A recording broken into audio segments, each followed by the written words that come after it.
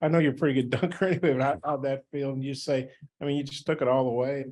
Don't worry about eating a clock. You were just going to the basket, you know? Honestly, I thought it was going to be harder than that because there was pressure on us all game, but I got past my dude a little bit and I knew he had to play both.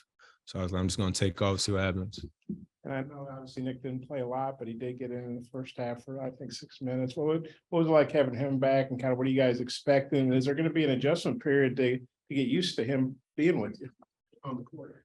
I don't think so. I mean, yes, he hasn't played the first couple of regular season games, but we play with him all in Spain, play with him in practice every day. So it's nothing new. He's going to be back. It's his first game that's expected. So yeah, he's going to be fine. Getting his rhythm back.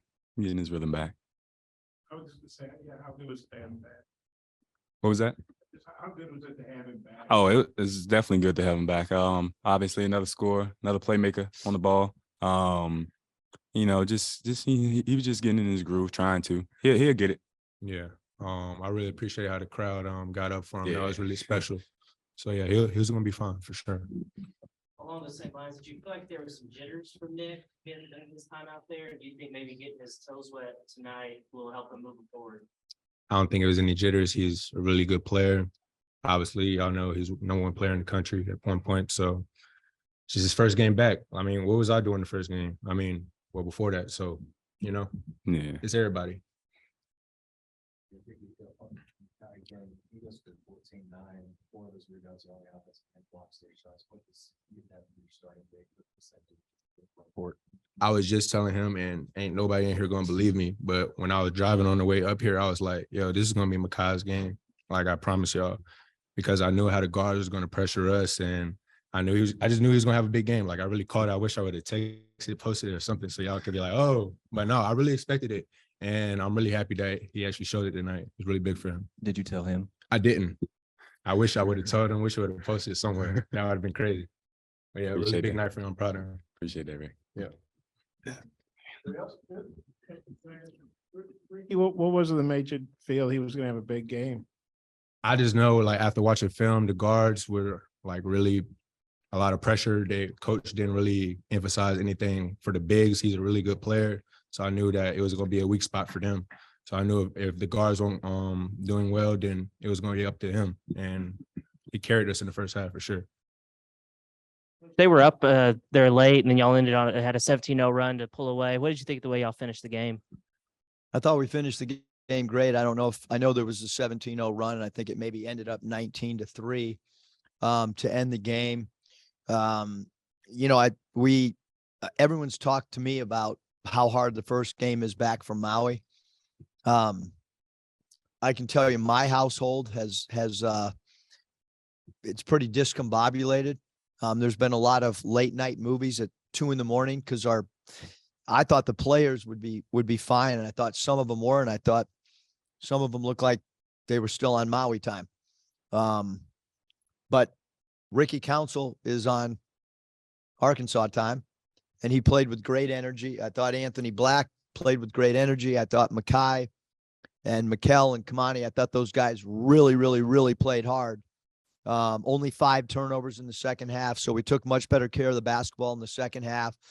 Really happy that Nick got in the game. He was on a minutes restriction, and you know, I think now he's going to have, you know, these days to practice, which I think will really help him between games. So, and he's anxious, and we're anxious too.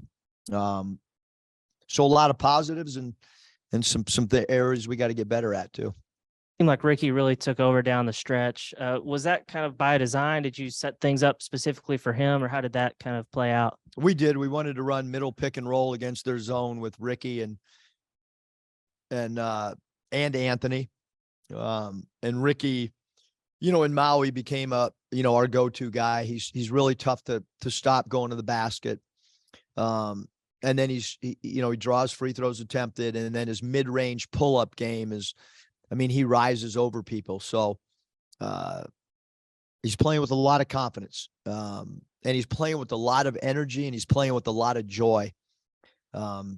Even my daughter doesn't really, she's not really into basketball, but she even said the other night how fun it looks like Rickey has playing the game. Eric, as far as that deep three, and he's 0 for 3 on threes, and he said you told him, hey, take it to the rack and all that. But obviously the shot clock was run down. Just what'd you think of that shot? Because I think at the time you guys were only up 1. I hate that sidestep 3 that he takes, but I loved it on that particular shot. That's the only one he shot that I've liked since we met each other. But I mean, he really didn't have any choice. I mean, how clutch a shot was that? It was huge. I thought that it took spirit away from Troy. I mean, if I had to just say where was the breaking point from a spirit standpoint, because they came in with a really good game plan. They kept the ball in front of them. And that was a momentum changing shot. And we saw your statement about Devo. Is there anything you can add to that? Do you have any idea how long he'll be gone? Is he doing okay, or just what could you add to that? I think we're just respecting Devo's privacy and all our thoughts are with him, and that's where it is right now. Yeah, Eric, you got 14, 9, 3 blocks from Makhi tonight. Rickey was in here saying that he was driving to the arena and he just had a gut feeling that Makhi was going to have a big game tonight. What do you think? Maybe I should ask him before the next game who he's got a feeling about, and it might save me some stress. Thanks for telling me that, Scotty. What keyed Makhi's night? It seemed like offensive glass early and then just energy from there. Yeah, I thought his offensive rebounding. I thought his when we run pick and roll with Kel, Kai, and Kamani, we always talk about being a dynamic roller. And I thought he rolled really hard to the rim, even on things that he didn't get the ball. I thought you mentioned the offensive rebound, Scotty, in the first half. I thought that they were coming off his rolls, and then he was just kind of hanging around the dunker spot. He plays really hard. He practices really hard. So does his brother, and that's so does Kamani. And so these guys they're producing in games. I mean, 2 weeks ago, did anybody think Kamani was going to play 32 minutes? No, not even me. But he's doing a good job. And so when you play hard, you play minutes. Staying with that theme, Makhi said that you've been really emphasizing, an increased role for the bigs. Just what have you been talking to them, and how did Makhi's game kind of fit into that? Well, tonight we played a little bit bigger than we have at any point during the year. Brazil was at the 3 spot tonight. Which we haven't done much. We have a little bit of our roster management. We're a little bit bigger than we have been, and so as we continue to get into SEC play, there's a possibility that there's going to be games where we have to have 2 bigs, which is why we went out and recruited, more size, because we felt maybe, and it's really hard because like Jalen Graham's he's a really good offensive basketball player, and he didn't get in the game tonight. So it's hard to kind of fit all those guys in. But I think everybody saw in the second half, I was much more willing to play big than go with some of our perimeter players, and probably gonna tilt that way a little bit more so than the other way. Nick wasn't going to be Nick, first game back after missing all those games, but how do you anticipate kind of trying to integrate him now that he's been cleared? Yeah, that's a great question, Christine. There's when you've coached a long time, I've been down, this situation a lot. Players on a minutes restriction, really good player.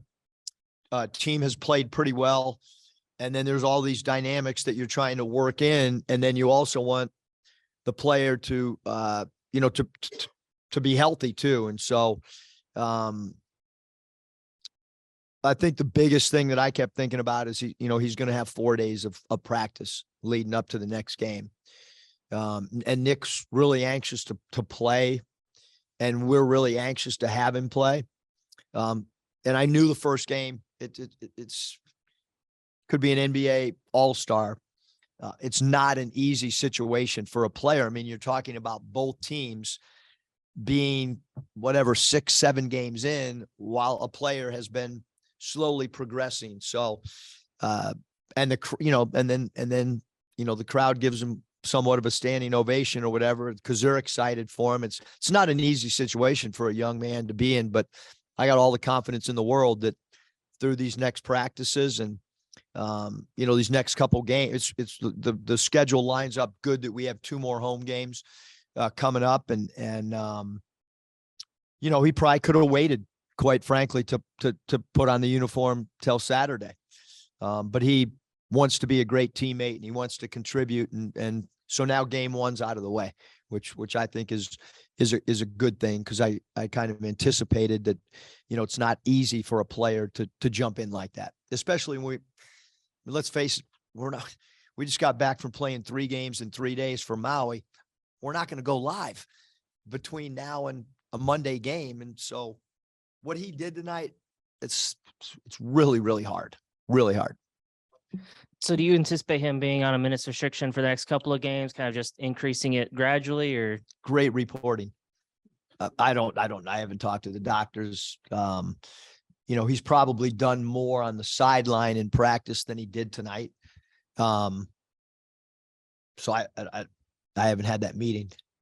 And then Brazil, is he one of those guys you think that maybe was a side effect of just being tired from the trip, or what do you think contributed to his? Yeah, I thought he performance struggled tonight. He's had some really great games for us, but tonight was not one of them. So hopefully he'll get himself ready to play the next game and rebound the ball at his size and play a little bit better than what we saw tonight. He's certainly capable of playing much better. How much did you feel like Troy's style of play factored into some of the struggles there? They show pressure, the zone, and then you're playing unorthodox lineups. Just seemed like kind of an iffy combination there, but you guys figured it out for sure. Yeah, I mean, so Curtis, I knew coming in to tonight. I don't know if anyone else in our program knew.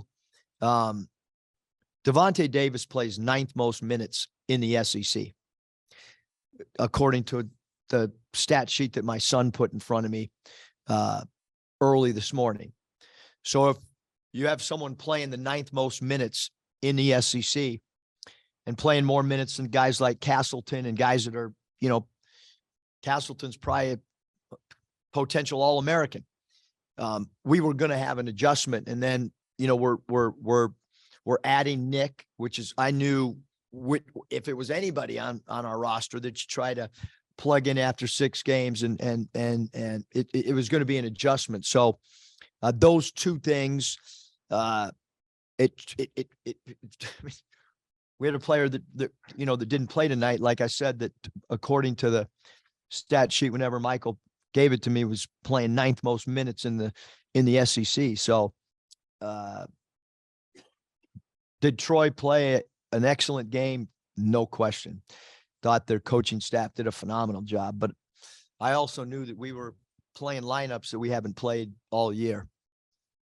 Eric, when you were struggling to put them away in the second half, were you tempted to put Nick in for a boost, or did you think that really wouldn't be fair to him given the circumstance? I thought about it probably 4 or 5 times about putting Nick back in, maybe more than 4 or 5 times. And I just thought it was completely unfair once we got past the 12-minute mark. I'm not going to do that to a player when the game was a 1-point game and he had sat for that long. I just did not think it was fair to any player.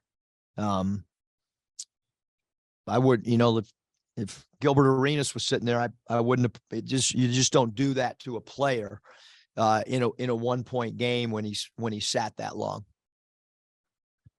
In the summer, obviously everything was accelerated because you guys are playing Europe and having practices, but the Mitchell twins they didn't do much in Europe, and maybe you're thinking, these guys are going to be that good. And obviously come a long way since then for what how good is it that they're doing what they're doing, and that you're getting some help from the bigs that you were looking for?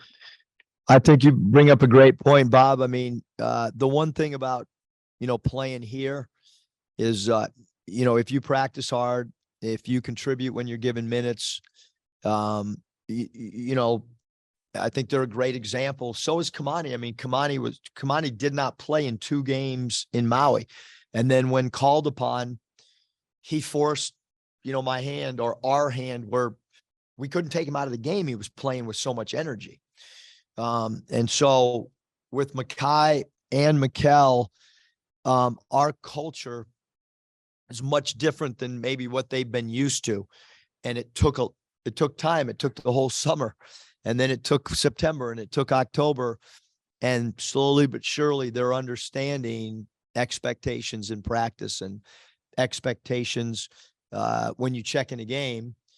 And then you add in the fact that they're really talented and they're experienced. You know, I mean, I think for a lot of our freshmen, there's always going to be, every freshman in the country is going through some type of learning curve, whether they're playing, not, there's always a learning curve of guys in all sports as freshmen. But I think Kel and Kai they're starting to figure out what the expectations are, and they've done a great job. They really have. And,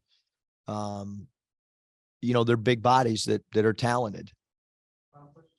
Yeah, Eric, just going back to Makhi for a second. He had 9 rebounds tonight, all of them in the first half. You guys going to rib him a little bit about not getting the 10th one?